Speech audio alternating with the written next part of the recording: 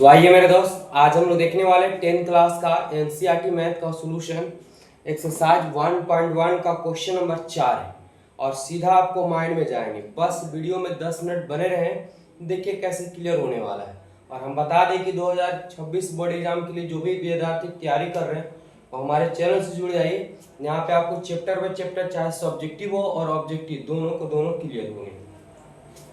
क्या है कि युग्लिक विभाजन परिमेयिका का प्रयोग करके दर्शाएं कि किसी भी धनात्मक पूर्णांक का वर्ग किसी पूर्णांक m के लिए 3m या 3m+1 का रूप का होता है। कैसे क्लियर होगा, बस देखते जाइए। तो सबसे पहले हम क्या करेंगे, आपको बनाने का तरीका बता देते हैं कि आपको इस ढंग से अगर आप लिखेंगे तो बोर्ड एग्जाम में 1 नंबर भी नहीं कटने वाले हैं। ठीक है, सबसे पहले आपको पैराग्राफ छूटा हुआ रहेगा, आपको क्या लिखना, हल लिखना है। ठीक है, अब हल में यहाँ पे हमको समझना है कि सबसे पहले प्रयोग किसका करना है, तो युग्लिक विभाजन परिमेयिका का। तो हम यहाँ पे लिख देते हैं सबसे पहले यूक्लिड विभाजन परिमेयिका। ठीक है, परिमेयिका से। तो युग्लिक विभाजन परिमेयिका से होता क्या है, तो होता यह है कि a बराबर BQ प्लस R होता है। यहाँ हम दर्शा सकते हैं कि जहां a और b दोनों को दर्शा सकते हैं, जहां a और b धन पूर्णांक है। क्या है, धन पूर्णांक है, यानी कहने मतलब कि संख्या जो है वो प्लस में है। अब आगे आपको ध्यान रखना है कि लाना है किसी भी संख्या का धनात्मक पूर्णांक का जो वर्ग हो वो 3m या 3m+1 का रूप का होना चाहिए। तो समझेंगे कि यहाँ पे जो संख्या जिस रूप में रहेगा उस रूप में आपको मान रखने हैं। तो आपको यहाँ पे 3 दिया होगा तो b के स्थान पे क्या लेंगे, 3 ही लेंगे। अगर यहाँ पे 4 रहेगा तो आपको 4 लेने होंगे। ठीक है, तो चलिए यहाँ पे हम यहाँ पे क्या करेंगे कि b बराबर जो है वो क्या करते हैं, 3। ठीक है, ये क्या किया हम यहाँ पे, तो माना। जब b बराबर 3 माने हैं तब इसमें बैठाएंगे। ठीक है, ये आपको पैराग्राफ छूटा हुआ। तो a बराबर, इसलिए a बराबर b के स्थान पे 3 बैठाएंगे, q और प्लस r का। लेकिन एक शर्त होता है कि जैसे ही आप b का मान 3 लेंगे तो शेषफल उसके नीचे तक के बचता है। जैसे 3 है तो शेषफल कहां तक बचेगा, तो 0 1 2, क्योंकि 3 से 3 कट जाएंगे। ठीक है, तो एक पीछे तक ही शेषफल आपको बचते हैं। अगर यहाँ पे 5 रहेगा तो शेषफल क्या होगा, 0 1 2 3 4 तक के। तो यहाँ पे ऐसे दर्शा सकते हैं कि 0 से बड़ा है r और r से भी बड़ा क्या है, 3 है। यानी r का जो मान होगा, और r का मान क्या होगा, तो 0 होगा, 1 होगा और 2 होगा। 0 के बराबर है और 0 से बड़ा है, और r से बड़ा कौन हो जाएगा, 3। यानी r का जो मान है तो 3 तो बड़ा हो जाएगा, 3 से छोटा लेना है। कंप्लीट है। अब यहाँ पे हम क्या करते हैं, मान रखते हैं पारापारी। ठीक है, तो आप चाहे तो लिख सकते हैं क्या, तो देखेंगे a बराबर जो हमारे पास 3 का 3, q क्या q, लिख सकते हैं कि r का मान रखने पर, r का मान रखने पर, चलिए मान रखिए। तो जब हम मान रख ले तो एक है 3q का 3q प्लस r के स्थान पे क्या बैठाएंगे दोस्तों, 0 बैठाएंगे। तो यहाँ पे 3q के 3q 0 बैठाएंगे तो वही रह जाएगा, इसलिए समीकरण 1 कर लेते हैं। फिर से बैठाएंगे कि a बराबर हमारे पास 3q प्लस r है, तो r के स्थान पे क्या बैठाएंगे, 1 बैठाएंगे, समीकरण 2। फिर से बैठाएंगे a बराबर हमारे पास क्या हो जा रहा है, यहाँ पे आप या का चिन्ह लगा सकते हैं, कोई दिक्कत नहीं है।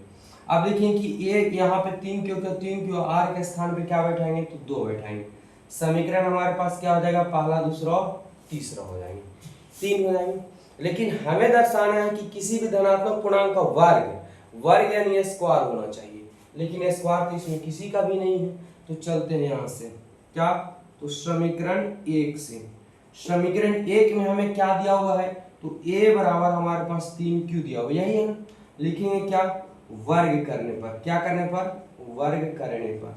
चलिए वर्ग करते हैं, तो a का स्क्वायर देंगे, यहाँ पे हमारे पास 3q का होल स्क्वायर देंगे। अब अगर बात करें तो देखिए थोड़ा सा पेज का अभाव होगा, क्योंकि काफी ज्यादा मात्रा में इसमें लगते हैं, समय लगते हैं, और साथ ही साथ आपका लॉन्ग भी बनता है।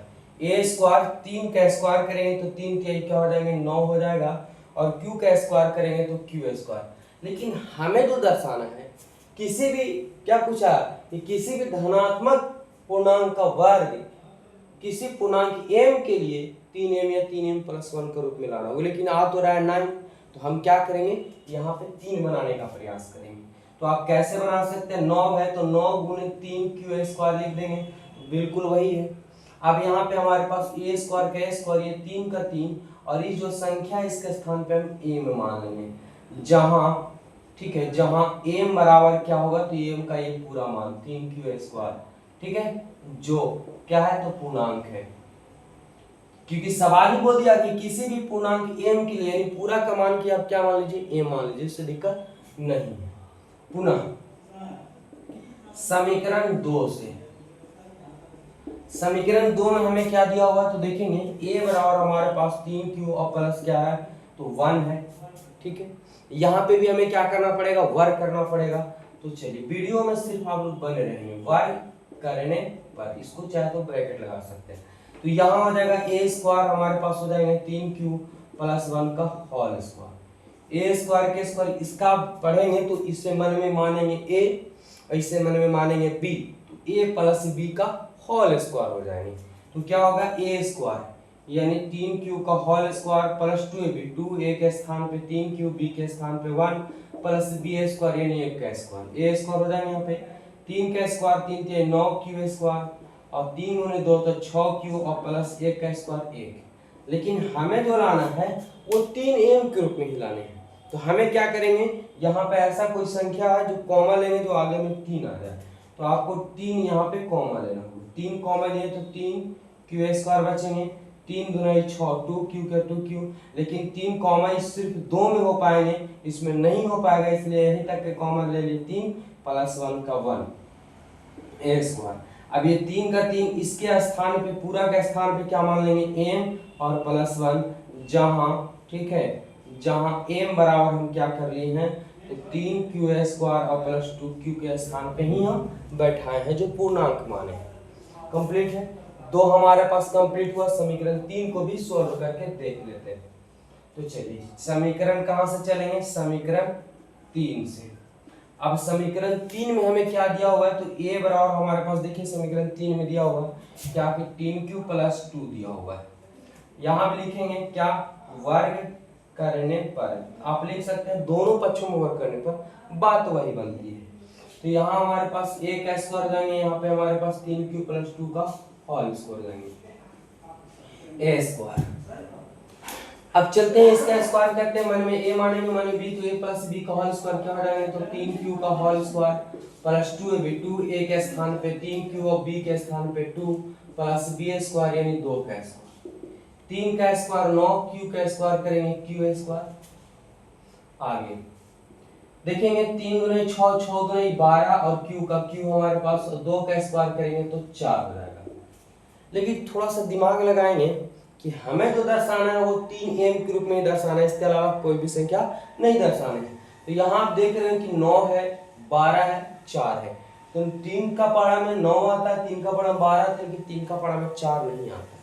तो हमें क्या करना होगा, हमें करना होगा कि ऐसा संख्या तोड़े जो 3 से भी विभाजित हो जाए। तो 9q स्क्वायर प्लस 12q, क्या हम ऐसे लिख सकते हैं कि 4 को 3 प्लस 1 3 और 1 4 वही लिखा हुआ है, यानी जी सर बिल्कुल हम लिख सकते हैं। तो 3 यहाँ से कॉमा ले लेंगे, तो 3 निकालेंगे तो 3q स्क्वायर, 3 चौका 12 4q, और 3 से 3 निकल गया 1 और ये प्लस 1 का ये प्लस 1, 3 का 3 इस स्थान में पूरे के स्थान पे m मान लेंगे, और ये प्लस 1 का 1 हमारे पास आ गया, ठीक है।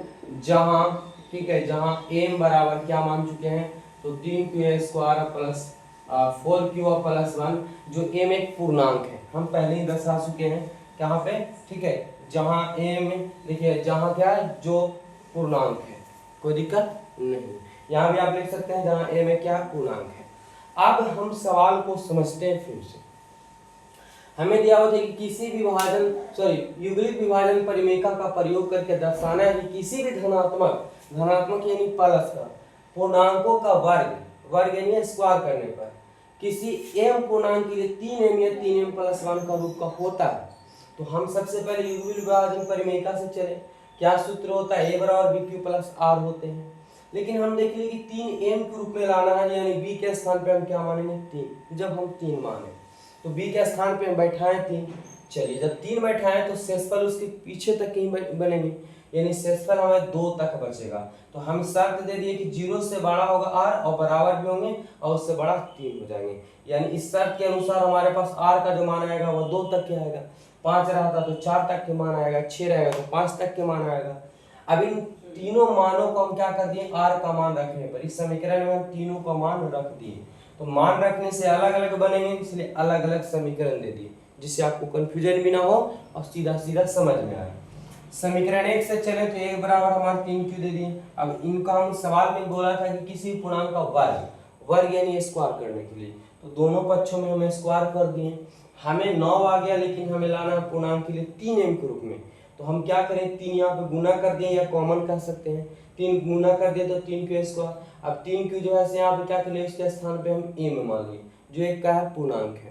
उसी के आधार पर समीकरण 2 से चले, दोनों पक्षों वर्ग कर दिए, प्लस b के होल स्क्वायर तोड़ दिए तो हमें 9 आया। वहाँ पे दिमाग लगाया कि हमें 3 के रूप में दर्शाना है, तो 3 कॉमा लिए, बाकी इस रूप में बच गया प्लस 1 का 1, इस स्थान पे बैठा दिए, 1 का 1 आ गया। अच्छा, अगर फिर समीकरण 3 जब हम चले तो 3 में भी वही बात हुआ, दोनों पक्षों वर्ग किए, यहाँ पे 4 आ गया, कॉमा नहीं हो रहा था तो 3 प्लस 1 लिख दिए, कॉमा ले लिए 3, इस रूप में आया। तो आप जरा देखें कि हम 0 शेषफल वाला का वर्ग किए तो 3m के रूप में आया। अच्छा, 1 प्लस 1 है, इसको भी अगर हम सोल्व किए तो इसका 3m प्लस 1 आया, 2 भी आया। यानी कहने का मतलब कि सम पूर्णांक का भी देखिए यहाँ पे क्या है, विषम हो जाएगा और ये क्या हो जाएगा, सम। तो सम के लिए भी वर्ग इस रूप में ही हुआ। अच्छा, विषम के लिए भी जो वर्ग है वो इस रूप में ही हुआ। यानी आप कह सकते हैं कि किसी भी धनात्मक पूर्णांक का जो वर्ग होगा वो 3m या 3m प्लस 1 का रूप का होता है। और यही हमसे पूछा था कि 3m या 3m प्लस 1 का रूप का होता है, तो बिल्कुल होता है। तो यहाँ पे लिख देंगे, अतः किसी भी धनात्मक, ठीक है, धनात्मक पूर्णांक का वर्ग किस रूप में, 3m या 3m प्लस 1 के ही रूप में होता है। और ये आपका हो गया क्या, प्रूफ्ड। इस प्रकार से आप बोर्ड एग्जाम में बनाएंगे तो आपको 1 नंबर भी नहीं कटेंगे और फुल में फुल मार्क मिलेंगे। ठीक है, तो उम्मीद करें कि बहुत ही अच्छे से आप लोगों को समझ में आया होगा। और रेगुलर हमें मैथ पढ़ने के लिए हमारे चैनल को जरूर जुड़िए, आपको साथ ही साथ ऑब्जेक्टिव से भी देखने को मिलेंगे। इसके बाद एक क्वेश्चन और बचा है जिसको हम क्लियर कर देते हैं, स्क्रीनशॉट ले लीजिए। धन्यवाद।